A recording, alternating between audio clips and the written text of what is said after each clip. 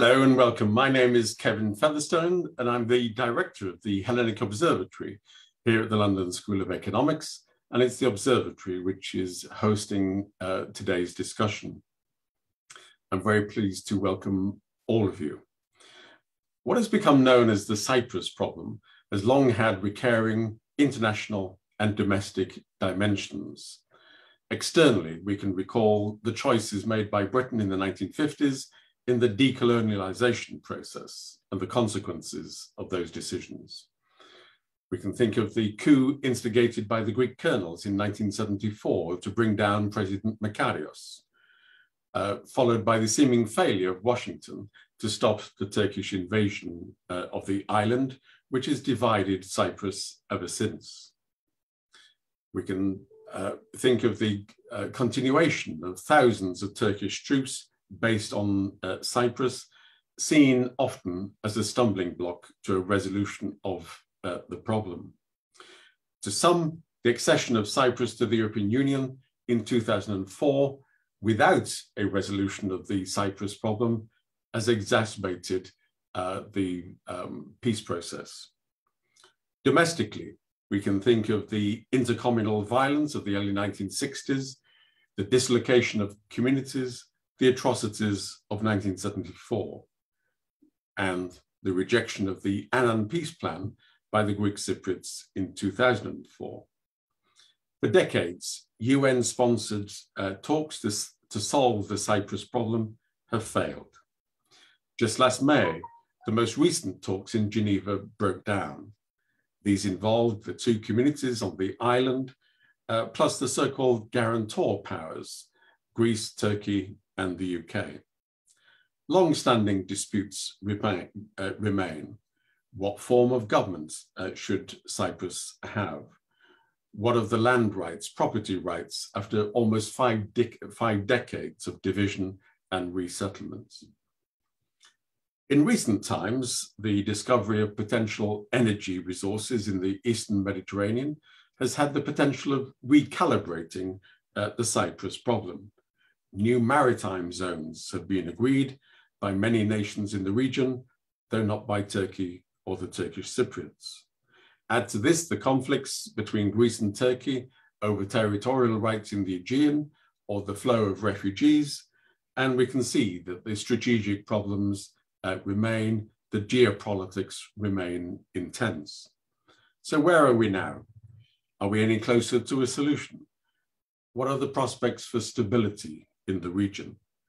Does the discovery of gas resources alter the geopolitical balance? Are the strategic interests changing or remaining essentially the same? Our discussion this evening will help to clarify the situation for us, and we have two experts to guide us.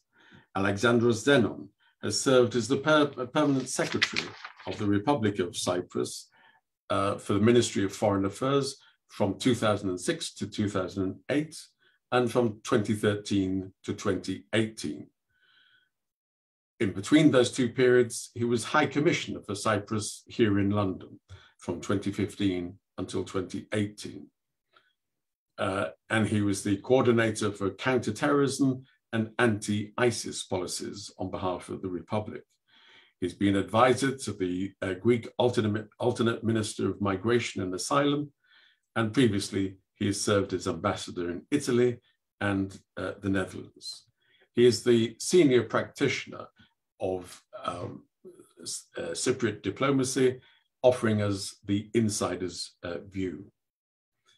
Emmanuel Karagiannis is a reader in international security at King's College London in the Department of Defence Studies. He obtained a PhD in Islamic theology from King's College London and a PhD in political science from the University of Hull. He's held research positions at Oxford University, the US Military Academy at West Point, the LSE, Princeton, Yale, and Columbia. It brings us the informed academic perspective to our discussion.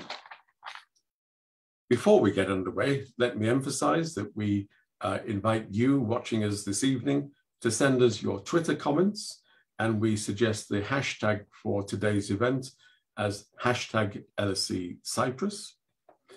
Let me also say that this discussion is being recorded, and we would hope to make it available online from the LSE's Hellenic Observatory website as soon as we can. I'm going to invite our two speakers to make their opening presentations. I will then ask them questions, and we'll open it to you, the audience, for your Q&A, for your questions coming to us. The audience can send us your questions using the Q&A facility at the bottom of your screens if you're watching on Zoom, or if you're watching on Facebook, please use the comment facility. I'll try to get through as many questions as possible. Please keep your questions as short as you can, but tell us who you are and where you're watching us from. So without further ado, I'm going to invite Alexandros Zenon to make an opening statement of about 20 minutes, and Emmanuel Karagiannis will follow with a presentation of about 15 minutes. We look forward to the questions coming in from the audience. Alexandre, over to you and welcome. Good evening, Kevin. Good evening, everybody from Athens. I'm very delighted after many years to be back at Houghton Street, albeit virtually and from a distance of more than 1,500 miles. I would like, first of all, to thank you, Kevin, and the Hellenic Observatory for giving me the opportunity to speak on a topical subject, such as stability in Eastern Mediterranean. Topical, of course, it has been for many decades. What I shall focus on today is how Cyprus has tried and endeavored to make its contribution to promoting security and stability in its part of the world, despite adversities and difficulties. It is often said that geography is destiny, and it is a great truth. Geography is given and cannot be changed. What can change are some elements related to geography, which allow us to play a positive role in our regional context. I'll show you a map.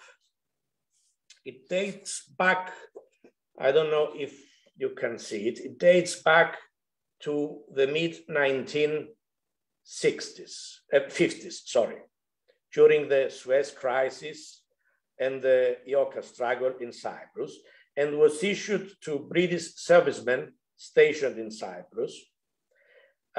This map demonstrates and explains to them in a very simple manner why they were on the island and Cyprus's strategic importance.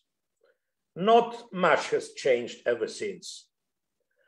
It shows the distance of Cyprus from the oil fields of Iraq, from the Suez Canal, from aroused Greece, as it says, and troubled Jordan and other countries in the region. Cyprus is situated, as you can see, in the strategic point of the entrance to the Suez Canal, the route through which oil and gas exports from the region travel to Europe and other parts of the world, other destinations.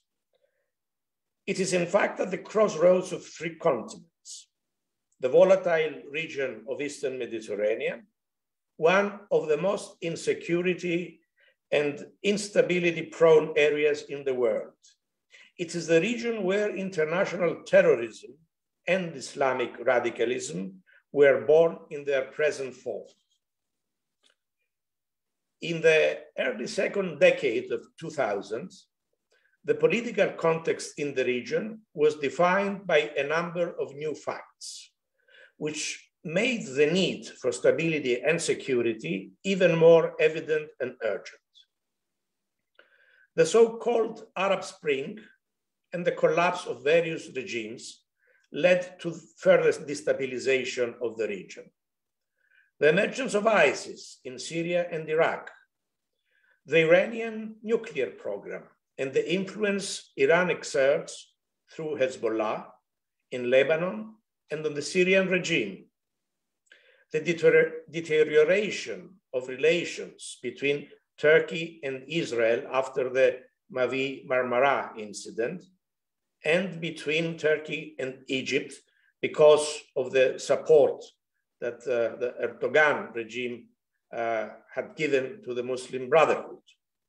And last but not least, what was mentioned by Kevin before, the discovery of hydrocarbon reserves in the exclusive economic zones of various countries in the Eastern Mediterranean basin.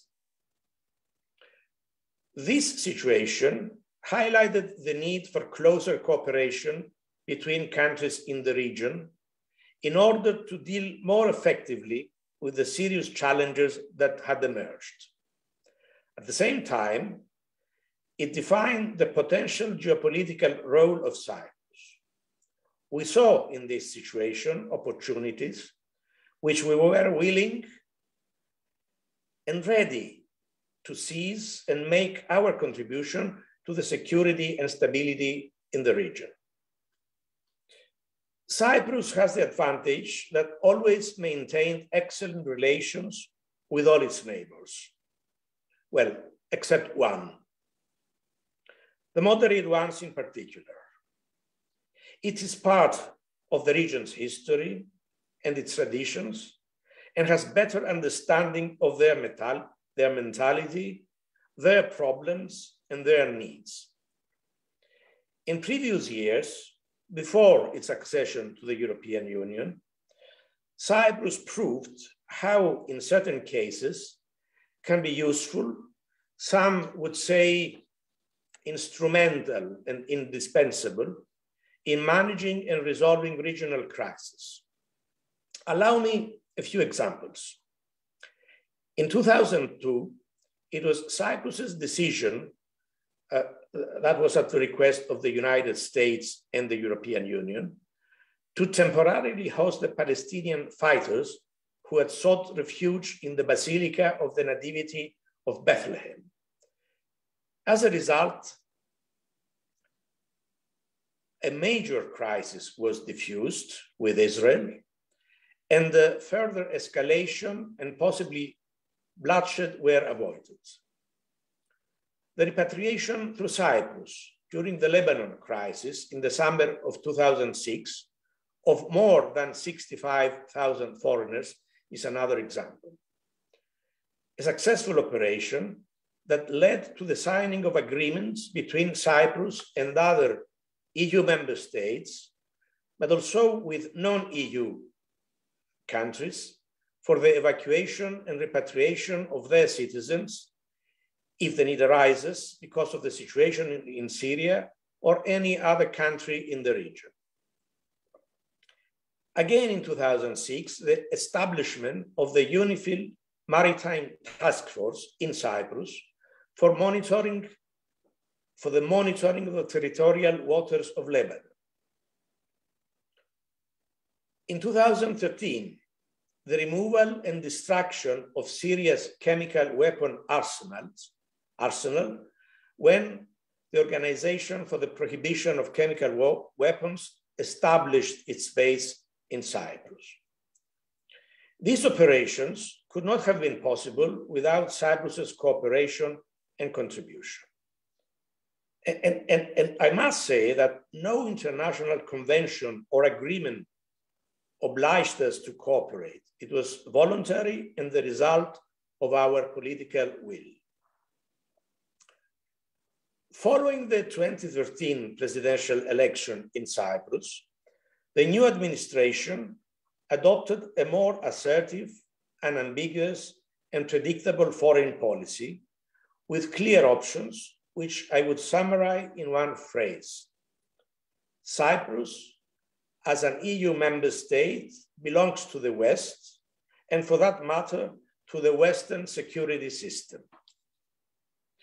This policy, which we immediately began to implement, was based on three main pillars: cooperation in the field of security with regional and non-regional partners, cooperation on the exploration and the exploitation of hydrocarbons, and promoting of closer regional cooperation. I shall take them one by one. On security, as a first step, we sought admission to the Partnership for Peace, the PFP, a NATO program of cooperation in determined fields between individual Euro-Atlantic countries and NATO. Despite our best efforts and support from major NATO members, we were faced with the veto of one member state, the only one whose name begins with a T. We did not despair and decided instead to proceed bilaterally with willing NATO member countries, the United Kingdom, the United States, Greece, France, and in some cases, Italy, and promote such cooperation in the field of regional security. Over the years, this cooperation gradually expanded and covered areas such as the fight against terrorism, at a time when the serious threat from ISIS was emerging in neighboring Syria, illegal migration, human trafficking, and organized international crime, the proliferation of prohibited materials and weapons, and the monitoring of compliance with EU sanctions, to mention only a few. As a result, we managed to intercept and stop 18 so-called foreign fighters and terrorists on their way to or from ISIS control areas via Turkey, and in other cases of 30 others who had landed within the boundaries of the British bases, only 100 yards from the airfield from which Royal Air Force jets were taking off to operate against ISIS. And I am telling this for the first time. In the same way, Cypriot security services discovered 9.5 tons of highly explosive nitrate ammonium, which targeted Israeli and Western interests. Also, in other similar cases, terrorist attacks were prevented in European countries, including in the UK. The terrorist threat from ISIS in Syria led also to enhanced and closer cooperation between Cypriot authorities and the British bases, as it was mutually acknowledged that in the prevailing circumstances, the security of the bases is the security of Cyprus, and the security of Cyprus is the security of the bases. During the same period, the Republic of Cyprus, in close cooperation with the United States and France, offered military materiel worth more than 50 million euros to Jordan, Lebanon, and the Kurdish regional government to assist them in their fight against ISIS and other affiliated terrorist groups, and that at the time when Cyprus was facing its worst economic crisis. Many were also the cases where Cypriot authorities, in cooperation with the United States and the United Kingdom, intercepted, stopped, and turned back vessels or aircraft, violating sanctions against Syria, against the Syrian regime, or illegally transporting and trading oil from civil war-torn Libya. The picture would not be complete without a brief reference to Israel and its security. You know that for Israel, security is above all. Israel is in fact our next door neighbor. We are the only EU member state adjacent to this country. We share with them the same values of democracy and respect for the rule of law.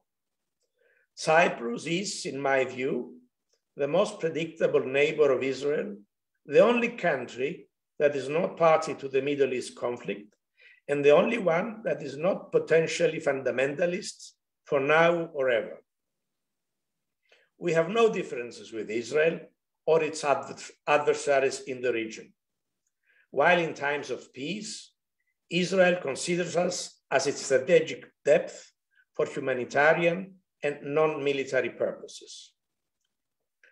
Our policy on the Palestinian issue is compartmentalized, and this has been explained to and respected by all sides involved. This gives us the advantage, if the need arises, to be listened to and act as honest brokers between opposing sides in the region. Hydrocarbons. Hydrocarbon discovery in the exclusive economic zones of various countries in the region was a new factor and game changer in Eastern Mediterranean. A new element that could be a catalyst for regional stability and prosperity, provided, of course, that all interested parties act according to and abide by the rules of international law and of the law of the sea. According to the American Geological Survey, in the Levantine Basin and the Nile Delta, that is, in the exclusive economic zones of different neighboring countries, exist 3.4 billion barrels of oil and 345 trillion cubic feet of natural gas. Part of it is in the EEZ of Cyprus. No country alone can fully exploit competitively its own resources. Infrastructure for exploration and exploitation of hydrocarbons cost billions, while reservoirs below the EEZs overlap and pipelines should pass through waters over which other countries have sovereign rights or exercise jurisdiction. The need for stability and security to prevail through regional cooperation became therefore necessary in order to facilitate the full and more competitive exploitation of these resources by all countries concerned. A cooperation that is not only limited to economic gains, but extends to energy security and energy supply of the parties and benefits Europe with new sources and new routes from Eastern Mediterranean, meaning also less dependence on Russian gas. As a first step, in the early 2000s, we concluded EEZ delimitation agreements with neighboring countries, with Egypt, Lebanon, and Israel. We did everything by the book, that is, in accordance with international law, and in particular, the United Nations Convention on the Law of the Sea. At the time, and at the later stage also, we invited Turkey to do the same. They refused. But we had to continue, despite Turkey's boycotting and undermining our energy program. Time matters because hydrocarbons are gradually being phased out, are losing their value, and will eventually be replaced by renewable sources of energy. Two concrete examples which we promoted of regional cooperation are the Eurasia Interconnector and the Eastern Mediterranean Gas Forum. The Eurasia Interconnector is a network that will connect power grids of three countries, Cyprus, Greece, and Israel, via the world's longest submarine power cable from Israel to Cyprus, and then from Cyprus to Greece, a total distance of more than 1,200 kilometers, which is approximately 750 miles. It is a major project of common interest of the European Union, and is expected to finish by the end of 2024. Once completed, it will end electricity isolation of Cyprus, which is the last non-interconnected EU member state. The other example is the East Mediterranean Gas Forum. The East Mediterranean Gas Forum was established in 2019 by Cyprus, Egypt, France, Greece, Israel, Italy, Jordan, and Palestine as members, and the United States, the European Union, and the World Bank as observers. It is an international organization which supports its members in deploying full potential of gas resources and create revenues, since it is clear and obvious that it can only be unlocked if suppliers, buyers, and transit countries cooperate on developing an infrastructure within the region and with external markets. Furthermore, bilateral cooperation in this field exists between Cyprus and Israel, and Cyprus and Egypt. More recently, between Egypt and Greece as well. As you can see, in less than a decade, despite difficulties, we have created the legal, institutional, and political framework in order to make hydrocarbons a factor of stability.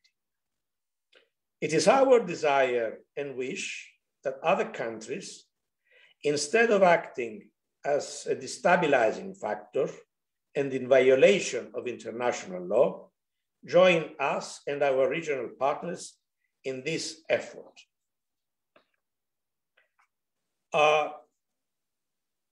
Very briefly now on the trilateral cooperation.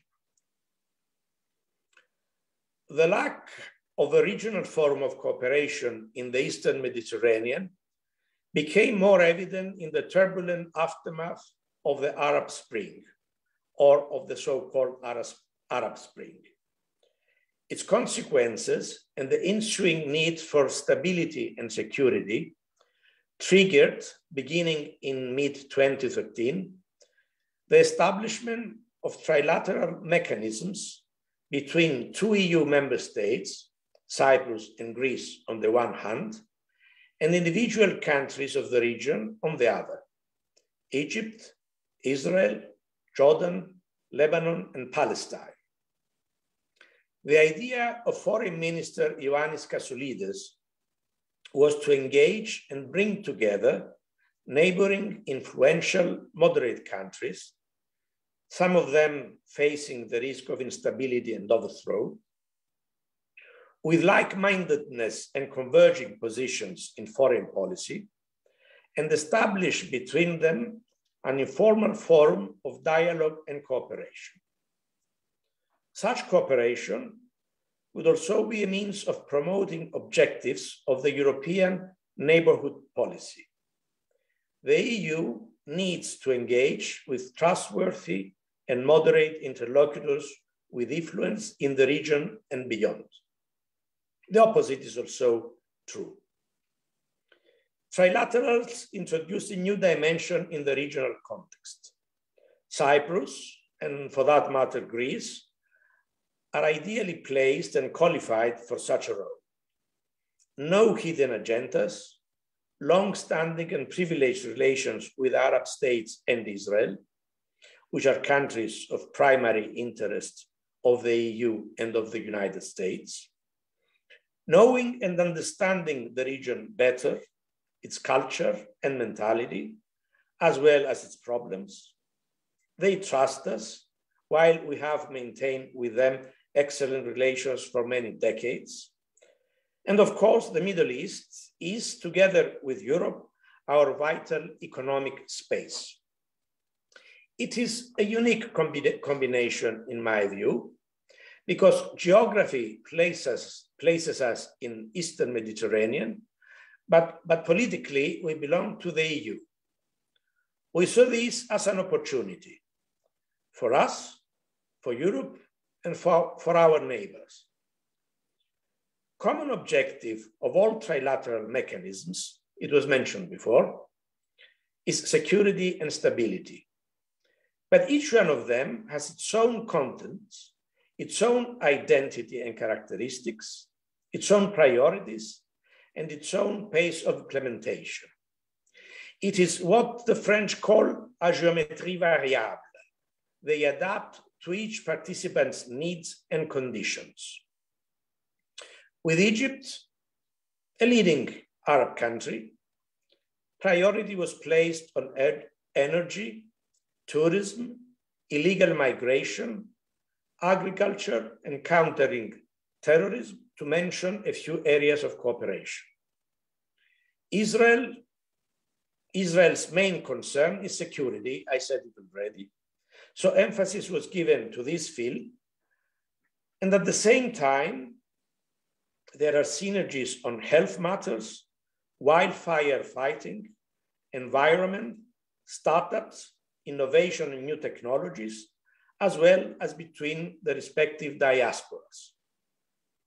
With Jordan, immediate priority was given to projects alleviating the consequences and the burden from the refugee crisis, including a €500,000 program in scholarships for refugee students to study in Cypriot academic institutions. Other fields of cooperation with the Hashemite Kingdom are tourism, protection of cultural heritage, water management, and renewable sources of energy. Last but not least, Cyprus offered military assistance worth €11 million to the Jordanian armed forces to be used in the framework of the Aqaba process, an initiative of King Abdallah to counter terrorism in the Horn of Africa. I did not mention the two other trilaterals, the one with Lebanon and the one with Palestine. Political and other conditions prevailing there do not allow to proceed with the desired pace. Nevertheless, we continue the effort despite the difficulties and the handicaps that slow down or sometimes stall progress. Beyond cooperation with all participants in such diverse fields, what is equally important is the fact that it allowed us to engage with them in a regular political dialogue on issues of common and European interest. 8 years have passed since we established the first trilateral cooperation mechanism, the one with Egypt. During these years, many summits, ministerial and senior officials meetings have taken place. Cooperation proceeds at different pace with each participating country because not all of them are the same. Other countries, especially from the Gulf, but also from beyond the region, like the United States, France, and Italy, expressed their interest and participated in sectoral meetings of special interest to them. Taking into account the difficulties and the problems afflicting the region, we know that this is an ambitious exercise. But considering what is at stake, we believe that it is also reason to persevere, especially now that new challenges and threats of destabilization emerge in the Mediterranean. Thank you. Thank you, Alexandros, very much. That's very clear and comprehensive. It gives us a very nice map of the things to be discussed later. Can I now then pass over to Emmanuel for his response? Good evening. Thank you very much for the invitation. So I was visiting senior fellow at the Hellenic Observatory 5 years ago. Good to be back, even virtually. For the next 10-15 minutes, I would like to discuss some theoretical perspectives on the question of energy and security in the Eastern Mediterranean. So the ambassador, as a practitioner, gave us very interesting insights about policies, about interstate relations. As an academic, I would like to focus more on how theory can help us understand regional geopolitics, especially when it comes to the question of energy. So let me upload a very short presentation.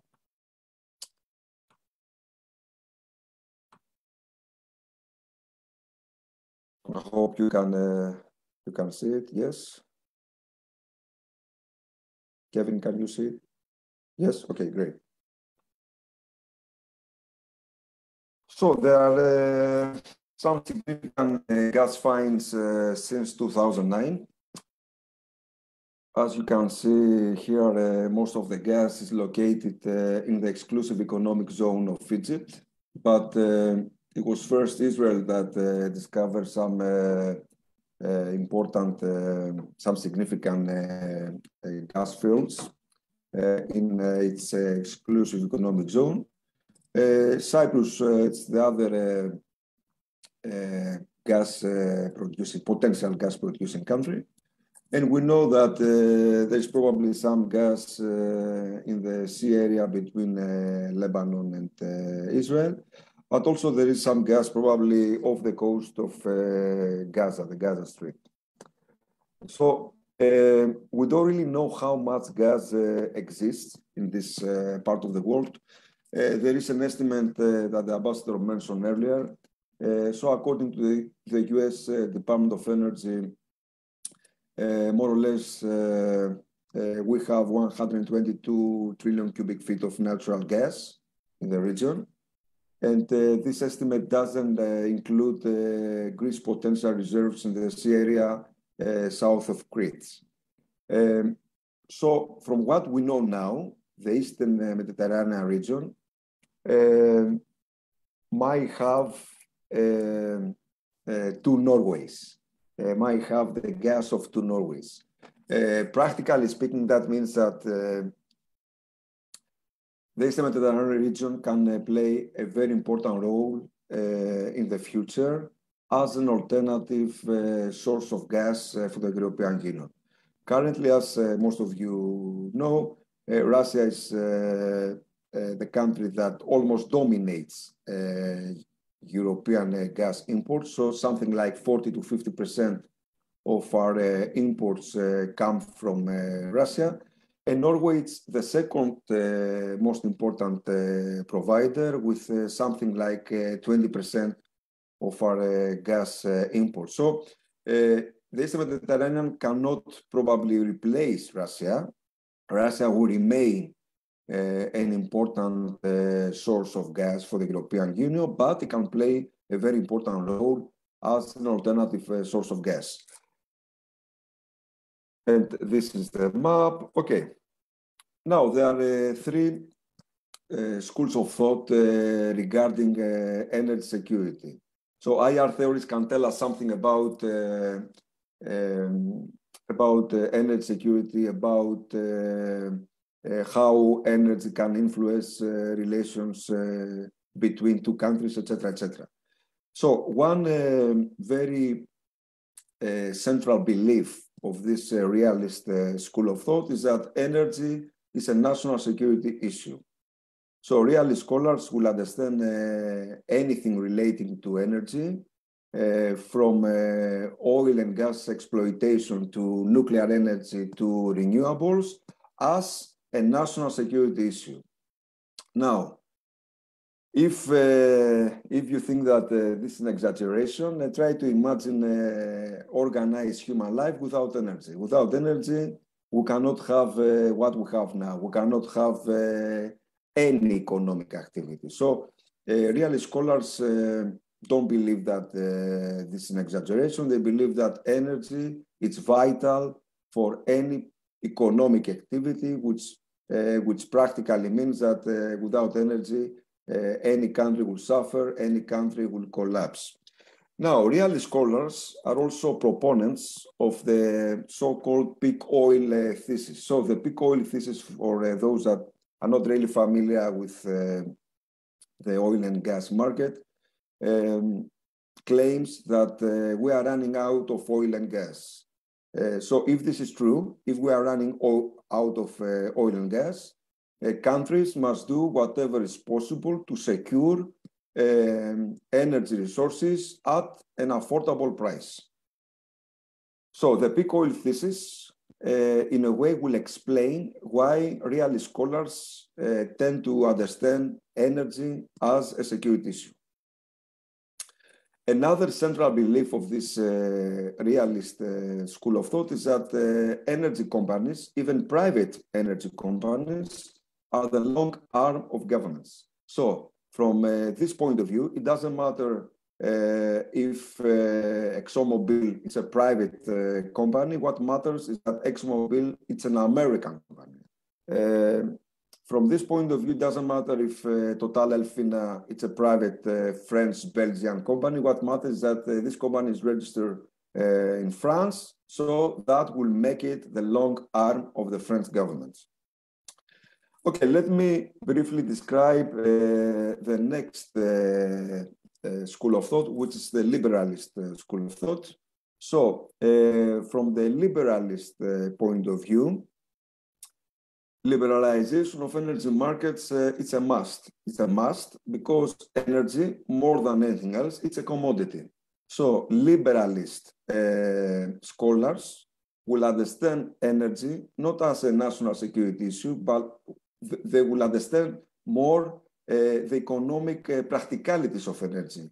They will treat energy as a commodity, nothing more than a commodity, because from their point of view, first of all, makes no difference if we are running out of oil and gas, simply because we will replace one day oil and gas with alternative sources of energy, including even nuclear energy.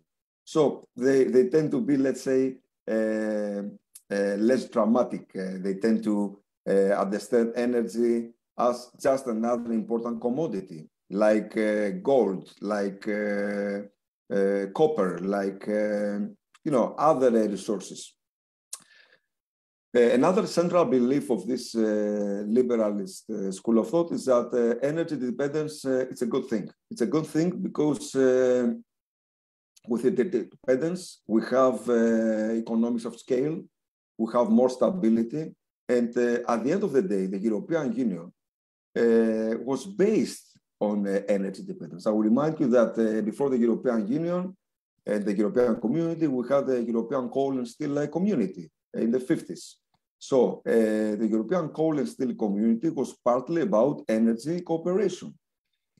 So liberalists will claim that energy interdependence is not a bad thing. Interdependence will not undermine the national security of any country. Energy independence is good for consumers, it's good for governments, it's good for regional stability. And one more important element of this school of thought is that energy cooperation could potentially solve political disputes.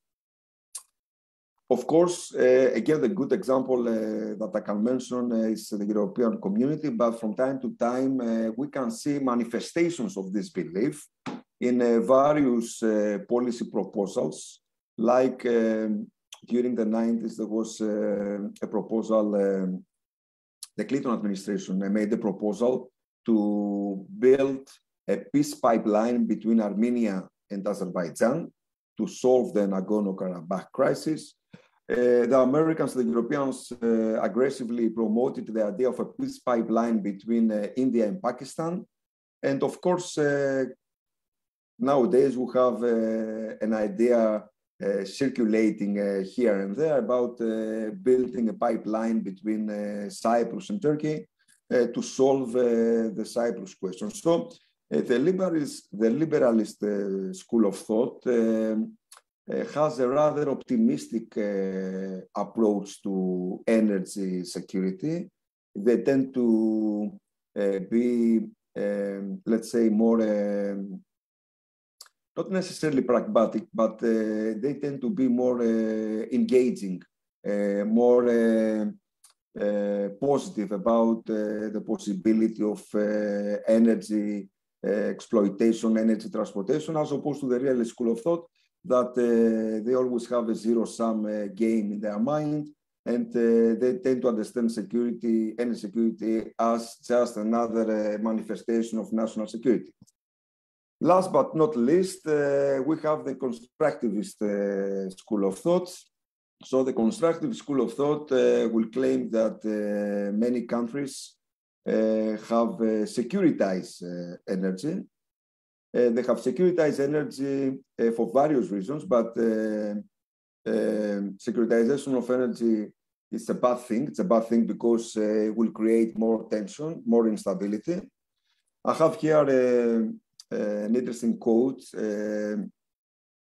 I found it in a journal article. Energy security is what states make of it. So the author paraphrased a famous quote that the security is what states make of it, a famous quote by a constructivist author. So energy security is basically what we want to construct, we want to present. And that means that sometimes countries will have a pessimistic or an optimistic approach, depending on domestic politics, depending on foreign policy objectives. But in practice, that means that energy security means different things to different people. And one more thing that I will have to include in this constructivist school of thought is energy identities. So many countries have been very keen to build an energy identity. Some countries would like to portray themselves as credible producers, like, for example, Russia. Russia has been very keen to present itself as a reliable and credible producer, no matter sanctions, no matter what is the kind of relation with the European Union. We have some other countries like Turkey that have tried really hard to portray themselves as reliable transit countries. Greece also, it's one of potential transit countries that has also been very keen to build such an identity. So this is, let's say, another studied aspect of the constructivist school of energy security. But we know that, yes, some countries have tried to build such energy identities. So let's try very briefly to understand how these three schools of thought can apply to the energy, the Eastern Mediterranean energy environment. So first, some virtual images to get us into the mood. Anastasiadis, the president of the Republic of Cyprus, General Fitsi, the president of Egypt, and Kyriakos Mitsotakis, the Greek prime minister. So the realist school of thought will claim that it's all about power. Whatever happens in the Eastern Mediterranean when it comes to energy, it's about power. And indeed, there is growing interest from great powers like France, like the UK, like Russia, like the United States, because from a realist point of view, the East Med gas is very strategic. So although there is not so much gas in the region in comparison to Russia or Iran or Qatar, there is enough gas to make a difference. And a good manifestation of this growing interest is the very presence of some important Western energy companies. So from a realist point of view, the fact that very soon ExxonMobil will start exploiting Cypriot gas, it's a proof of USA interest in the region. And the same goes with French companies, British companies, Russian companies, etc., etc. From a realist point of view, also, there is another fact that we need to acknowledge, that currently, whether we like it or not, we have two blocks of countries in the region. I will call them the haves and the have-nots. So we have producers and potential transit countries, producers like Israel, Cyprus, and Egypt, together with Greece, which is a potential transit countries, coming together, trying to use energy not only as an area of cooperation, but to use energy as a means to improve defense cooperation, to improve diplomatic cooperation, etc., etc. So we do have a block of countries. I will not call it an alliance, because I think an alliance, at least for those that are familiar with IR theory, it's something much bigger, much more important. But we do have a block of countries based on common energy interests that has tried really hard to coordinate efforts, at least in the energy sector. And at the same time, we have another block of countries. I will call it the have-nots. So Turkey, Lebanon, and the Gaza Strip, meaning Hamas, basically. Three actors, some of them state actors, some others are not state actors, like Hamas, that currently feel isolated, they feel marginalized.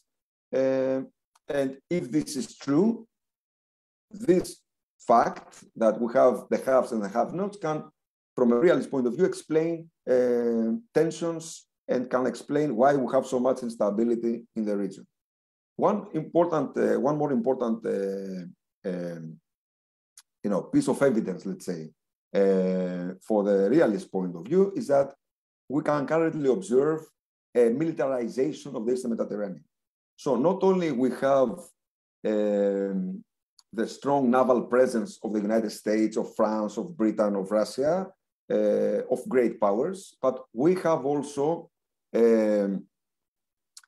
countries like Turkey, Greece, Egypt, Israel, trying to build navies, trying to build actually blue water navies. So even the decision of the Greek government, the recent decision of the Greek government to acquire advanced French warboats, from a realist point of view, counts as a piece of evidence towards that direction. And one more thing that I will have to mention here is that Turkey, again, from the realist point of view, I will keep repeating this because I will present three different perspectives. From a realist point of view, it's currently facing an energy dilemma. So what is good for Cyprus?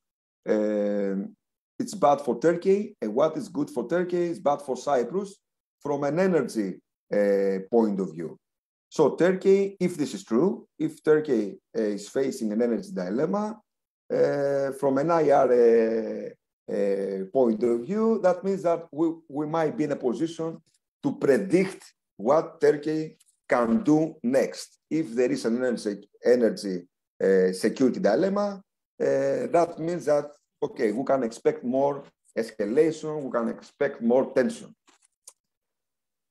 From a liberalist point of view, it's not about power, it's about money. Of course, some of you will tell me now that money is power and power is money, but I couldn't come up with a better way to describe it. Liberalist scholars will claim that we don't need to focus too much on governments. What we need to understand here is the role of big energy corporations. So why we have so many important energy companies investing resources, investing financial resources in the Eastern Mediterranean? Why we have ExxonMobil, why we have Total Alfina, even Qatar Petroleum, which is a state-owned company. Why? Because there is an energy crisis as we speak. Okay. We don't have enough gas. The Eastern Mediterranean is one of the most underexploited areas in the world. So, of course, from an economic point of view, it makes sense to expect a strong interest there. So it has nothing to do with governments. From a liberalist point of view, this is about energy exploitation and nothing else. This is about investing money. This is about making profits. This is just business. At the same time, yes, there is something like an East-Med energy community. So there is energy cooperation, there is interdependence, and this is a good thing. So what the ambassador mentioned about the establishment of the East-Med gas forum based in Cairo, this is good news. This is good news. From a liberalist point of view, this is good news. Why? Because more interdependence means more stability. It means basically more peace. It means more opportunities. And if this is true, we have even a great opportunity as we speak to use gas transportation. Okay, so the ambassador mentioned this East-Med pipeline. There are other projects when it comes to transportation of gas, but we can use gas transportation to solve important political disputes, like the Cyprus problem, is what I was telling you earlier about the peace pipeline. So we do have an opportunity there to use gas in a positive way to solve problems, the Cyprus problem, or even the Gaza problem, meaning the problem that the Israelis have with Hamas. So yes, it's about money, but we can use money, we can utilize this wealth to build a better world, to build a more stable region. Last but not least, let's try to see what is the application of the constructivist school of thought. Can you make it very brief, Emmanuel, please? Yes, very briefly, sorry. So the constructivist school of thought will claim that there is a securitization of energy in Greece, Cyprus, Turkey, Lebanon, and Israel, but not in Egypt. So the Egyptians, for different reasons, for their own reasons, are not so keen to securitize energy. But in all those countries, the Eastern Mediterranean has been portrayed as the new El Dorado, as the new energy frontier. And those energy resources have been perceived as a great opportunity for those countries to solve their financial difficulties. Okay. One more thing that I'll have to mention, and it will be my concluding point, is that in those countries, the exclusive economic zone has been perceived as an extension of sovereignty. So for many different reasons, all of those countries, including Egypt this time, will understand their exclusive economic zone not as an area where they have certain sovereign rights and they can exploit resources, but as an extension of their territory. That's why we will currently observe the equivalent rhetoric. So when the Turkish warboats will enter the Cypriot exclusive economic zone, newspapers will claim that this is a third Attila. The Turks will understand whatever happens in the region as an effort to isolate Turkey from the East-Med and to make Turkey a marginalized country. So this kind of rhetoric can, in a way, prove that there is securitization of energy in the region. And this is my final point.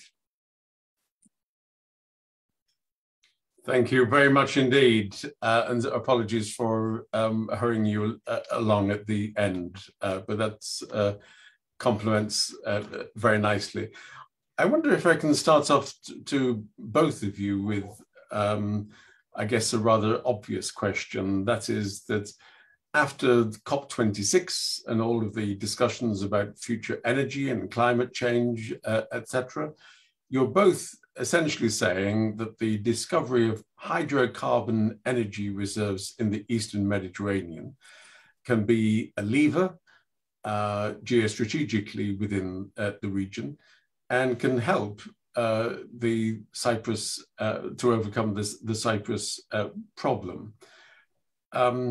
The obvious question after COP26 is to say, as I think Alexandros acknowledged, the future value of these reserves we can expect to be falling.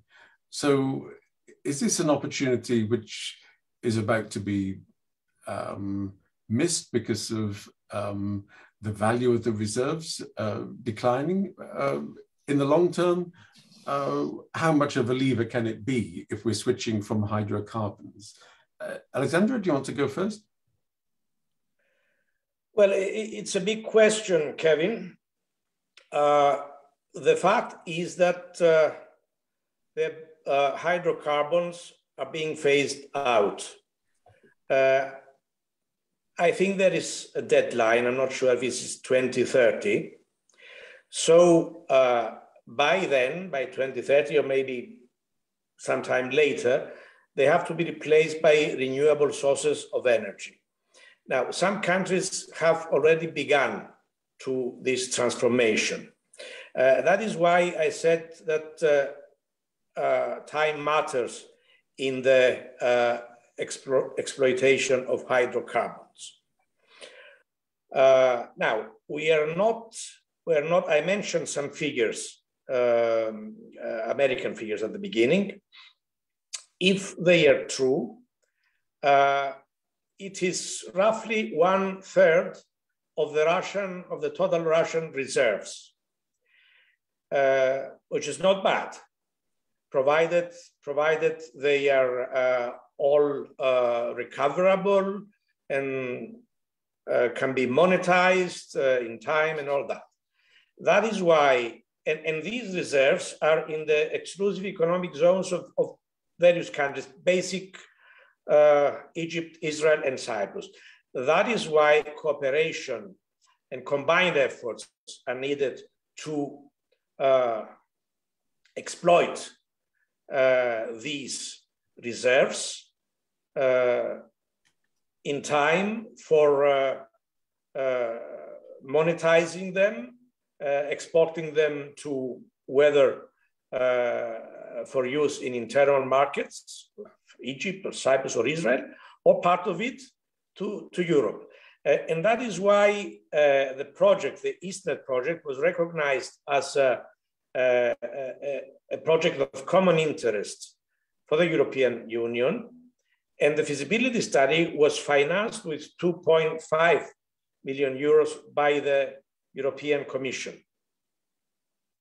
So, and since I saw a question about dependence, how it relates to dependence on Russian gas, yes, if we manage to properly explore all these reserves, it can partly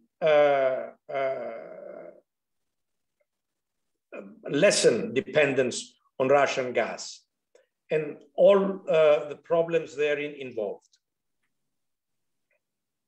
Okay, thank you. Emmanuel, do you want to comment on that, that the value of hydrocarbons is declining? Yeah, very briefly. Yes, you are right. I mean, the future is not oil and gas. And I think this is not just about climate change. The society, at least Western societies, they have a different vision nowadays. But the big question is how to go there. I mean, we cannot just have renewables. I mean, it will take time. We need to make investments. So natural gas, we know that it's more environmental friendly than oil. And gas, as we speak, for most countries, is the transit fuel.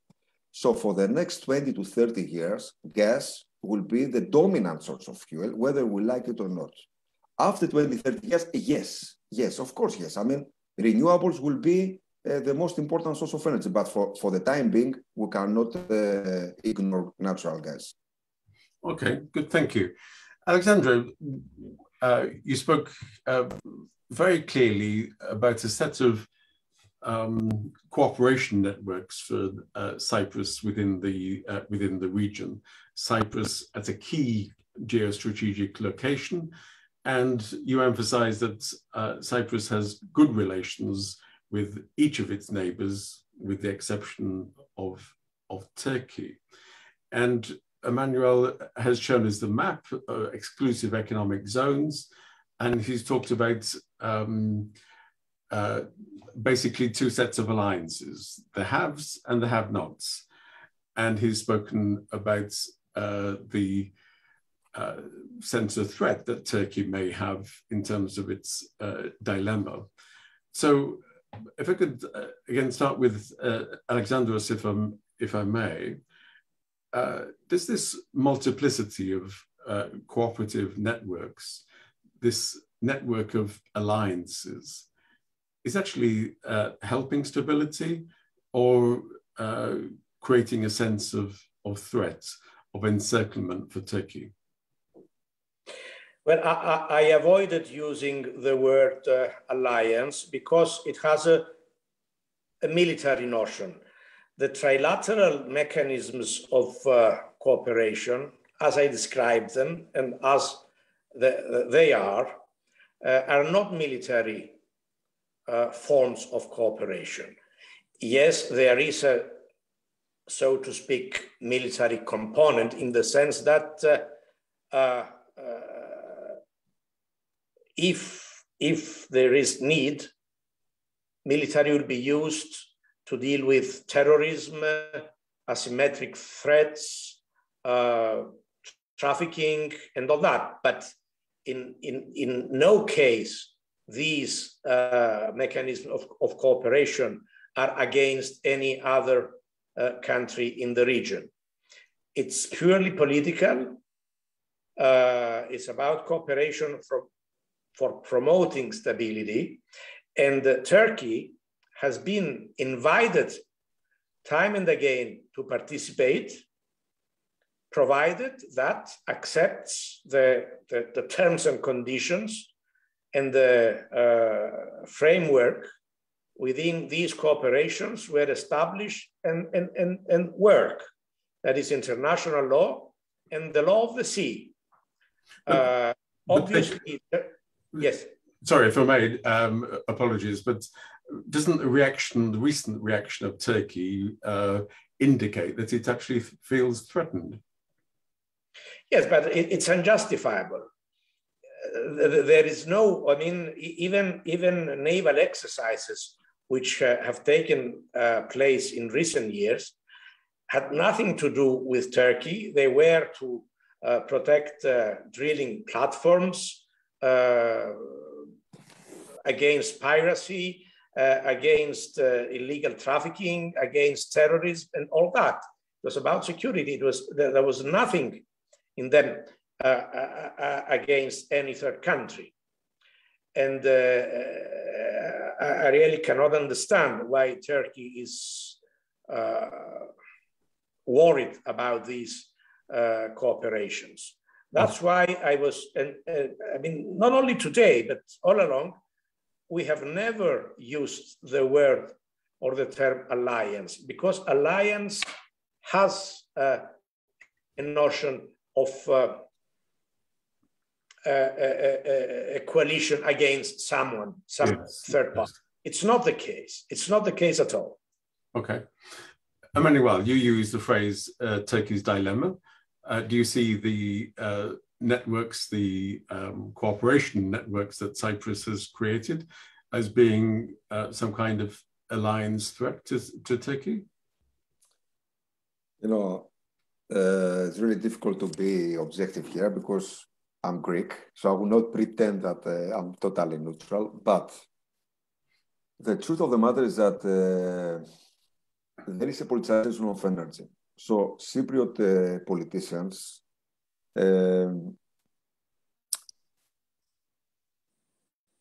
openly admitted that energy can be a game-changing factor when it comes to the resolution of the Cyprus problem. Mm. So the fact that the Cypriot leadership, openly made this claim, I think I'm trying to,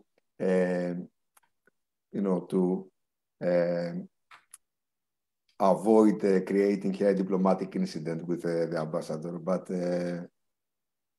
it was this is the LSE. We're full of diplomatic. Yes, it was, I think, inevitable to have tensions, because what matters here is perceptions. So the perception in Turkey is that, okay, energy will be used for political purposes by the Republic of Cyprus. And it was the first time after 1974 that Turkey was not in a position to dictate its terms. So I think Turkey became insecure, not so much by observing naval exercises, because the Turks, have the self-confidence to understand that, this is not an aggressive move or anything. But the very fact that a small country, a country like the Republic of Cyprus, that 1/3 of it is currently occupied, had a new card, had took the initiative to build new relationships and basically to use energy not just for economic purposes, but also for political purposes. I think this fact changed perceptions in Turkey and basically produce a reaction. Let's call it a reaction. Okay. Okay. But implicitly... May I add something to what? Please. It was in December 2014 when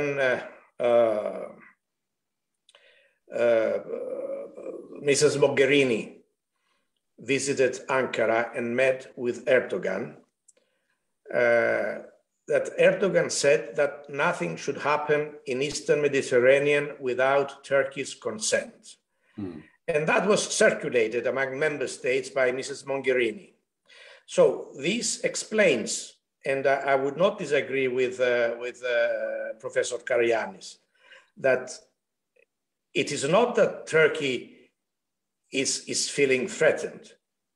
It is because Turkey wants to control Eastern Mediterranean. So it is not only about hydrocarbons, it's much larger than that. Okay, thank you.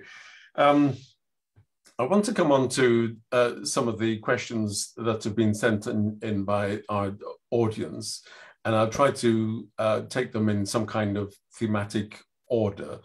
So Alexandros Zenon asks a question to the ambassador, and he says, Ambassador, you argue that Cypriot foreign policy has a pro-Western orientation. However, how feasible would it be for Cyprus to have such an orientation when Russian money is so vital to the Cypriot economy, particularly to the higher echelons of the Greek Cypriot political and economic class? Right. Well, I think I have answered that already during my first statement. And by examples, I have, I believe, demonstrated how Cypriot foreign policy has changed since 2013, with very concrete examples. I think Mr. Zachariadis is overestimating how he put it, dependence of the Cypriot economy on Russian capitals. Since 2013, I mean, after the economic crisis, and one of the reasons of the economic crisis were the Russian money in Cyprus, I think the Cypriot banking system and the economy more general have been sanitized. We have applied the highest international and European standards because we know that we are constantly being monitored, and because we recognized as a result of the crisis that it was not a healthy economic system. There is much less dependence on Russian funds now, but we are living in a globalized world, in a globalized economy. So if the money is clean, it's welcome, irrespective of the country of origin. And once we apply standards for control of the origin of the money, I see no harm in Russian, or for that matter, any other country's investments in Cyprus. And it is not the only EU member state, Cyprus, that is in this economic relationship with Russia. I remember when I was High Commissioner in London, there was an article in it was either FT or The Economist, I cannot remember, which described Limassol, my birthplace, as Limassol Grad, because of the presence of Russians. And in my response to the journal, I said that Limassol is no less Grad than Kensington Grad or Chelsea Grad. Or indeed Chelsea Football Club, perhaps. Thank you. Yeah. Okay, we're going to run out of time, so I'm going to go and invite you to go quickly, but I would like to come on to some of the other questions which have inevitably arisen, and these concern the way in which the Cyprus problem, as it were, is turning out. And Takis Ioachimidis, from Emeritus Professor from the University of Athens, asks the ambassador to offer some comments on what Mr. Georgiadis has called the crime of Crans-Montana. Let me try to give a little bit of context here as to what I think Takis is referring to. And that is that I believe in the Cypriot press in the last week, in the Cyprus Mail, there's been coverage of minutes being made public from the July 2017 meeting between the Cypriot presidents and the UN Secretary General in Switzerland, in Crans-Montana. And one of the articles in the Cypriot press was talking about the lost opportunity and the poor negotiating skills of the Cyprus president, and raised the question, does the Cyprus president actually want a comprehensive agreement? I guess the question really is to what extent Crans-Montana in July 2017 was a lost opportunity for Cyprus, and whether it was the result of some inept strategy. Alexandra, just briefly, if you can. Yes, well, I haven't read the book of Mr. Druchotis. It's not available, at least in Athens, it's not available yet. So I cannot make any comment on its contents. I have my own information on, at least on a couple of points, on what has happened in Crans-Montana. And since I have finished my book, which is going to be published early next year, I have a chapter on Crans-Montana. So I would advise Mr. Ioachimidis to wait and read what I recount, from a very well-placed and independent source on what happened in Crans-Montana. On the documents, you remember that famous Yes Minister series. I think it was Sir Humphrey Appleby who once said that the purpose of minutes is not to register what happened, but is to protect people. So I am a bit reserved about to accept not the authenticity, they are authentic, but if it is true, what is recounted in those minutes or not. But since I have my own source, a very senior source, not Cypriot, not Greek, I have a chapter in my book, and I'll send a copy to Mr. Ioachimidis when it is published. Thank you. The LSE is always delighted to act as the pre-publicity for an upcoming book, and please accept the increased sales of your book in lieu of a fee for this evening. Well, I'm not sure, but I think I'll make a lot of enemies, but this is besides them. We look forward. Constantine Burkaya asks, perhaps, Emmanuel, you would like to take this question.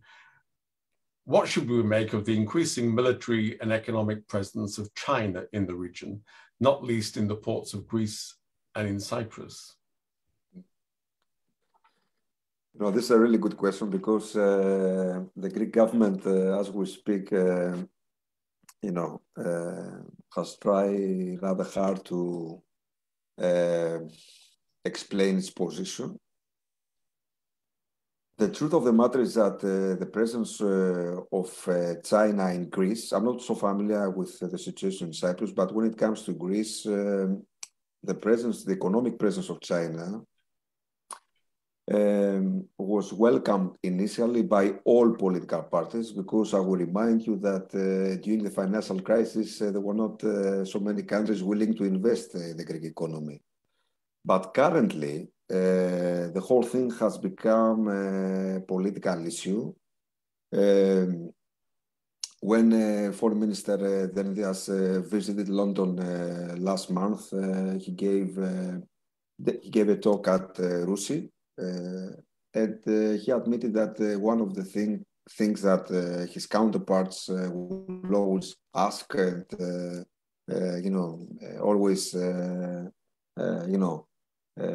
trying to somehow convince the Greek government to do something about it is the question of China, the question of Chinese investments. When it comes to Chinese military presence, there is none of it in the Mediterranean, but there is Chinese military presence in sub-Saharan Africa, in the Horn of Africa, but in the Mediterranean, I can assure you that there is none of it. Of course, there is strong Chinese interest, even for security issues, but we don't have any security presence like Chinese mercenaries, private security companies. Okay. We do have Chinese private military companies in Sudan, in Djibouti, but not in any Mediterranean country, as far as I know. Thanks very much. We're going to run out of time. I'm going to try to squeeze in two more questions, if I may. And this is from Panos Mavroidis to Alexandros, if I may. And he asks, why hadn't Greece and Cyprus, or why have Greece and Cyprus failed to finalize the exclusive economic zone agreement between them in all these years? Just a short answer, if Ambassador, please. Well, this is my personal view. I'm not familiar with, because I left government in 2018. I think that at the time, the matter was being discussed between the two governments, and it was recognized that there were difficulties in delimiting the EEZ between the two countries because of the position of Turkey on this issue. And I believe that what they wanted at the time was to avoid any, to add another controversy on the already very heavy agenda between the two countries. So, but this is my personal opinion. I do not, I'm not familiar with any information regarding this issue. Okay. But I think this is the reason why it has not been so far delimited. Okay. Let me finish with a British question. We're talking here from the LSE. I think Alexandros, when he was speaking, talked favourably about the relevance of the UK's military bases on Cyprus.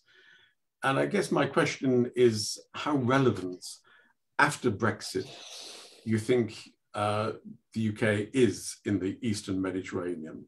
I'm thinking, of course, of the recent agreement between Athens and Paris, which carries a mutual assistance clause in security matters. Athens made some calculation that France was a key player, and the UK was left out of that equation. So in relation to Cyprus, okay, there's the formal position of being a guarantor power for Cyprus and was involved in the recent talks. But de facto, do you think the UK has much relevance in the Eastern Mediterranean? Let me ask you both. Let me start briefly, Emmanuel. Yeah, I think the Eastern Mediterranean will become more important for one more reason, apart from the sovereign basis. This vision about global Britain cannot exist without a strong British presence, both economic and military presence in the Eastern Mediterranean. So, yes, you are right. We have this new agreement with France, but at the same time, there is an effort from both governments, Greece and the UK, to improve the relation. That's why they signed this new agreement. That's why Prime Minister Mitsotakis visited London. So I think we will see more of Britain in the Eastern Mediterranean. My understanding is that the Greek government, I'm not so sure about the Republic of Cyprus, but the Greek government will welcome the presence of Britain, because at the end of the day, Britain is a European country. So we want European countries, to influence developments in the Eastern Mediterranean. Okay. Ambassador Alexandra. Well, you remember at the time of Brexit, it was said that Britain had left the EU, but not Europe, if my recollection is correct.